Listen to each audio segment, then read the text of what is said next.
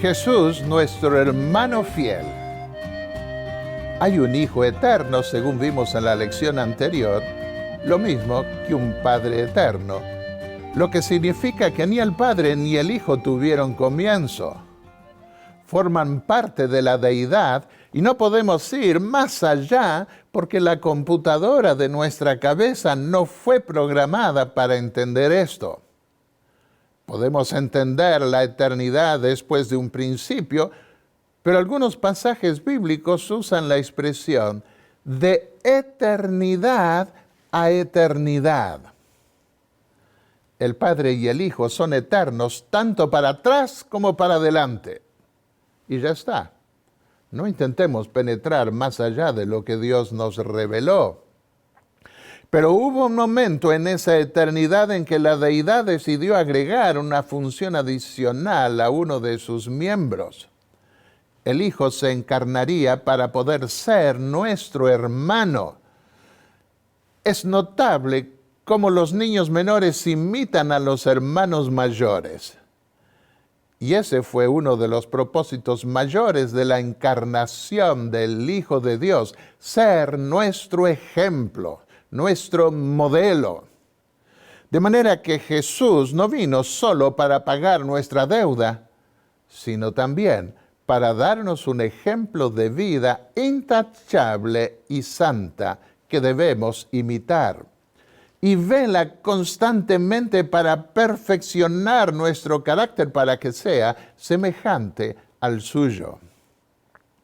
¿En qué consistió la encarnación? Los griegos creían que lo espiritual era bueno y lo material malo. Pero según el Génesis, Dios creó este mundo material bueno y bueno en gran manera. De manera que cuando el Evangelio llegó al mundo griego les fue difícil a muchos creer en la encarnación. Y creyeron que Jesús había venido en apariencia humana, no en verdad. Pero podía haber un testimonio más claro de su encarnación real que el de haberse formado en el vientre de su madre por 9 meses. Tuvo hambre, tuvo sed, y aun cuando resucitó, dijo a los discípulos: mirad mis manos y mis pies, que yo mismo soy. Palpad y ved, porque un espíritu no tiene carne y huesos, como veis que yo tengo. Lucas 24:39.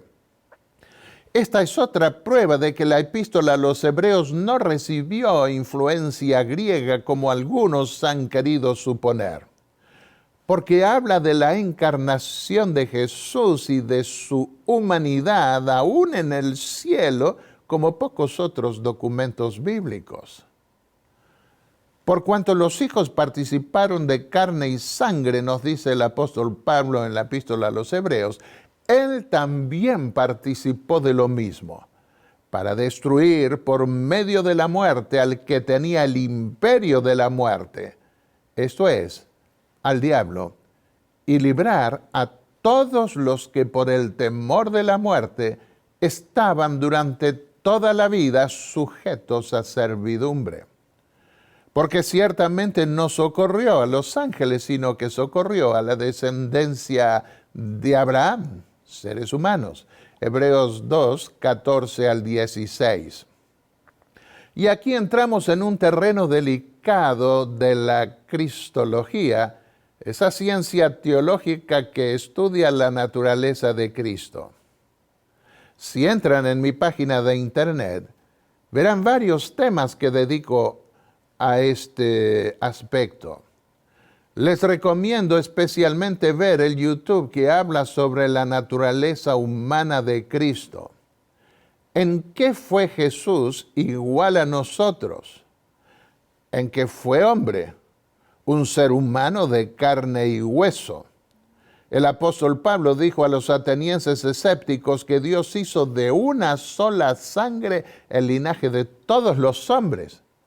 Y Jesús se formó en el vientre de una mujer para adquirir esa sangre, así como la carne y los huesos que todos los seres humanos tenemos.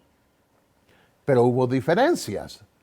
No cayó en tentación, por lo cual fue sin pecado. Su naturaleza fue santa, inocente, inmaculada, separada de los pecadores. Hebreos 7:26. ¿Puede decirse lo mismo de nuestra naturaleza humana? No. Nosotros somos carnales, vendidos al pecado, incapaces de obedecer por nosotros mismos porque nacemos con tendencias al mal. Somos malos por naturaleza. Sin ayuda jamás podremos salir del pantano del pecado. Por eso, a diferencia del Hijo de Dios, necesitamos un Salvador y Redentor que pague la deuda del pecado. Dice la epístola que estamos estudiando que Jesús aprendió obediencia mediante el sufrimiento. Y también que fue perfeccionado para ser nuestro Salvador. Él debía aprender a cumplir el papel del siervo del Eterno de Isaías 53 para poder entendernos y estar más cerca nuestro en nuestras luchas. Leamos una cita de Elena de White que explica bien este aspecto. Él, Jesús, tomó sobre sí la humanidad para poder conocer las debilidades y tentaciones de la humanidad y de esta forma saber cómo ayudar y salvar a los hombres. El capitán de nuestra salvación fue hecho perfecto mediante el sufrimiento. Y miren la pregunta que hace ahora. ¿No era perfecto antes?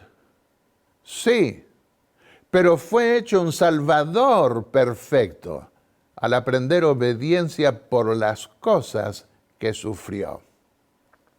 En ese tema aparecen siempre dos tendencias extremas. Una es querer hacer a Jesús más semejante a nosotros en lugar de procurar asemejarnos a Él como nuestro modelo. Y la otra tendencia extrema es querer hacerlo tan divino que terminemos creyendo que solo vino para expiar, pagar por nuestro pecado. Y que no vale la pena esforzarse para imitarlo porque ya se pagó nuestra deuda. Me preguntaron hace poco si iba a responder a un ex pastor que había salido a defender la naturaleza supuestamente igual de Jesús, buscando contradecir mi conclusión de que Jesús no heredó la naturaleza depravada nuestra, sino que vino en semejanza de carne pecaminosa, como lo dice el apóstol Pablo. Así lo entiende también nuestra iglesia, según puede verse en el libro 28 Doctrinas Fundamentales de la Iglesia Adventista, y estoy plenamente de acuerdo con eso, con la interpretación que da nuestra iglesia basada en un análisis equilibrado de todos los escritos del espíritu de profecía.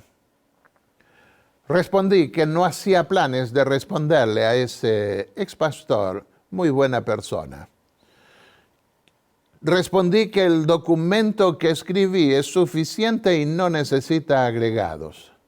Simplemente me dio lástima el intento fallido de ese pastor porque no fue capaz de contradecirme en nada, aunque creyó que él estaba probando que yo estaba equivocado. Algunos quieren hacer a Cristo tan carnal como para pretender que tuvo que luchar contra la tentación homosexual, la tentación de masturbarse y otras cosas más por el estilo. ¡Qué ridículo! De lo contrario, según argumentan, Jesús no podría haber sido un ejemplo para la gente que tiene esos problemas. Pero ¿cuántas personas nunca tuvieron atracción homosexual? Debíamos requerir que Jesús se degradase hasta para sentir tentaciones que algunos nunca tuvimos.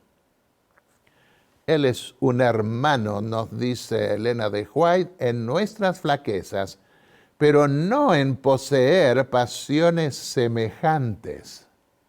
Como el ser sin pecado, su naturaleza rechazaba el mal. Soportó luchas y tortura del alma en un mundo de pecado. Su humanidad hizo de la oración una necesidad y un privilegio. Él necesitaba todo el más fuerte sostén y consolación divinos que su Padre estaba listo a impartirle a aquel que había, en beneficio del hombre, dejado los gozos del cielo y elegido su hogar en un mundo frío y desagradecido. ¿Tuvo Jesús la tentación de fumar? Tampoco yo la tuve porque nací en un hogar adventista. ¿Debió volverse alcohólico para entender a los que luchan contra la tentación de la bebida? No, 1000 veces no. Necesitamos a alguien más fuerte que nosotros que nos imparta su naturaleza divina para vencer como Él venció. Jesús no es un hermano entre muchos otros hermanos, es nuestro hermano mayor, un ejemplo perfecto para nosotros, sus hermanos menores. Él es alguien en quien podemos confiar plenamente.